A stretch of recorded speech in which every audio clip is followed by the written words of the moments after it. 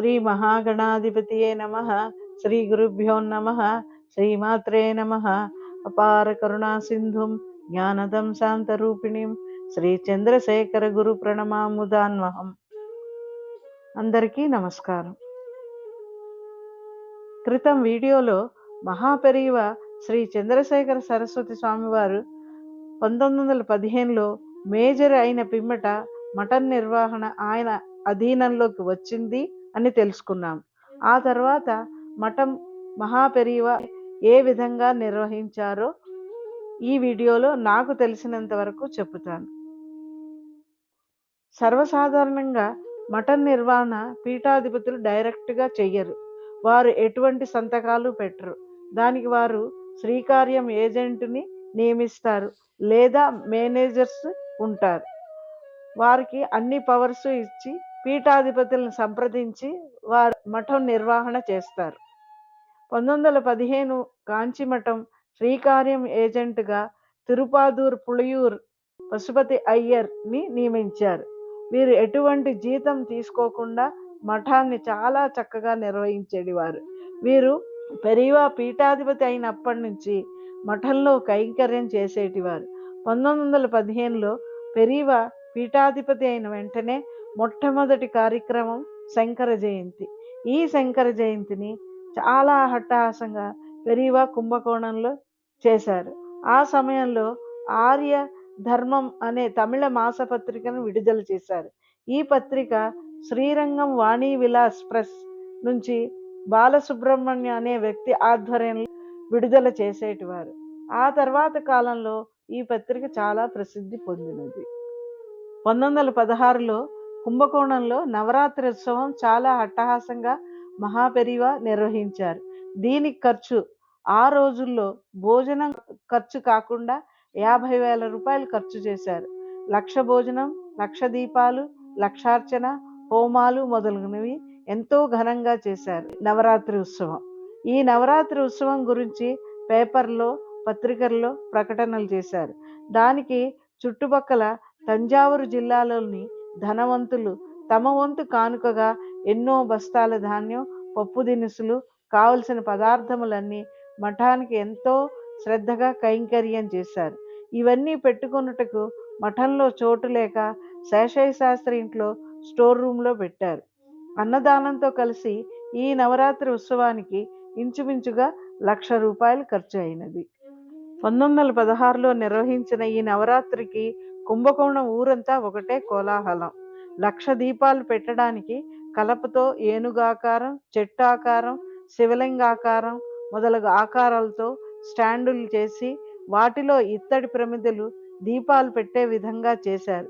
ఈ రోజుకి కుంభకోణం శంకర మఠంలో మనం ఈ స్టాండ్స్ని చూడవచ్చును. 1,00,000 దీపాలు వెలిగిస్తే కుంభకోణం మఠం జగజ్యోతిగా ప్రకాశించింది. ఒక పక్కన ఒక్కొక్కటి 1,00,000 కుంకుమార్చన, రుద్రహోమాలు, చండీ హోమాలు, వేదపారాయణం, 1,00,000 మందికి భోజనాలు అన్నీ నిర్వహించారు. ఈ 1,00,000 భోజనాల కార్యక్రమం నిర్వహించిన తేపెరమానల్లూర్ రామనామ శివం అనే అతనిని అన్నదానం శివ అని కూడా పిలుస్తారు. తంజావూరు జిల్లాలో ఈ అన్నదానం శివ గురించి తెలియని వారు ఉండరు. ఆ రోజుల్లో అన్నదానం చేయడానికి అతనిది భగవంతుని అవతారం అనే అనిపిస్తుంది.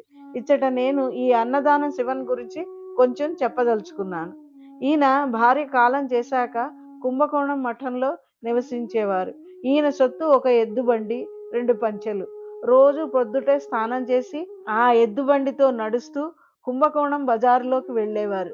ఈ శివన్ బండిని చూడగానే అక్కడి వ్యాపారస్తులు బియ్యం వ్యాపారి అయితే బియ్యం మూట, బెల్లం వ్యాపారి అయితే బెల్లం మొదలగునవి తీసుకువెళ్ళి ఆ బండిలో పెట్టేవారు. ఎవరిని శివన్ ఏది అడిగేవారు కాదు. కానీ వారంతట వారే తీసుకువచ్చి బండిలో పెట్టేవారు. బండి నిండగానే అవి తీసుకువచ్చి మఠంలో ఇచ్చేవారు.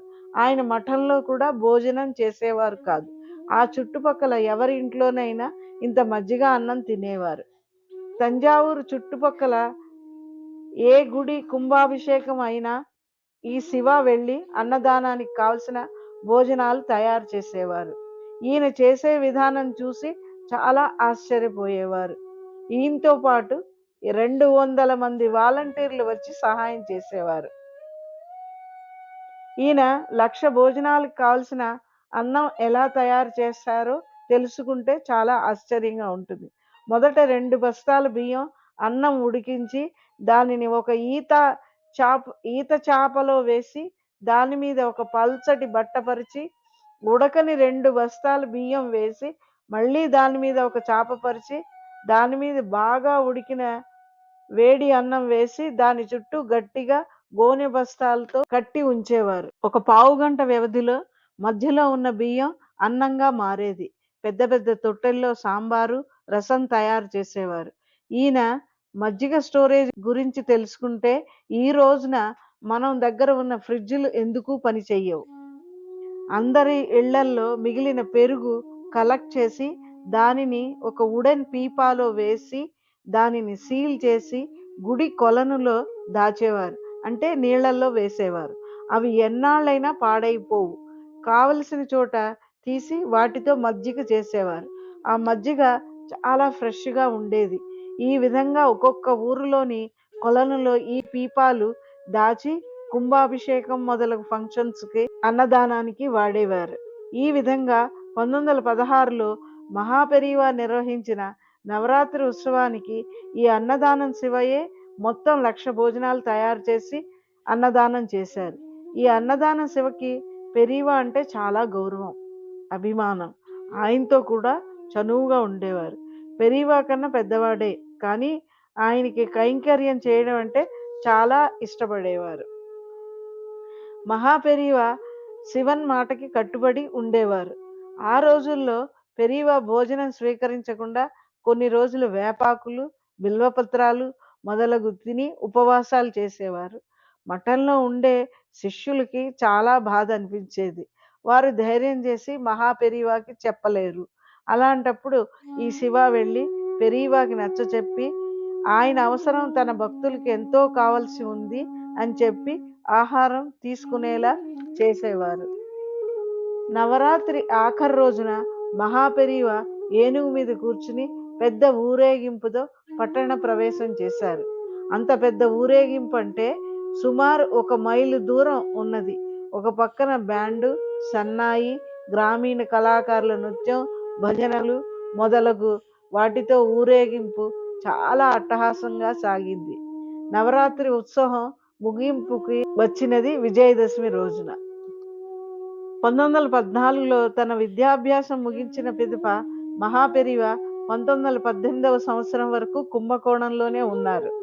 ఆ సమయంలో ఎంతో మంది వేద పండితులు, కళాకారులు, సంగీత విద్వాంసులు మొదలగు వారు మహాపెరివారిని కలవడానికి వచ్చి వారి విద్యా కౌశల్యం, సంగీత పటిమ మొదలగునవి పెరివా ముందు ప్రదర్శించి వారి సందేహాలు తీర్చుకుని ఆయన అనుగ్రహం పొందేవారు. మహాపెరివా విద్యా కౌశల్యం కానీ, వేద అధ్యయనం కానీ, ఆయనకున్న జ్ఞానాన్ని, ముందు చూపుని, ఆయన విద్వత్ సదస్సులో చెప్పే తీర్పుని అందరినీ ఆశ్చర్యపరిచేది. నిజంగానే సర్వజ్ఞ పీఠానికి శ్రీ శ్రీ శ్రీ చంద్రశేఖర సరస్వతి స్వామి వారు సరైన మఠాధిపతి అని ప్రశంసలు పొందేవారు. హర హర శంకర, జయ జయ శంకర. మరో వీడియోలో కలుద్దాం.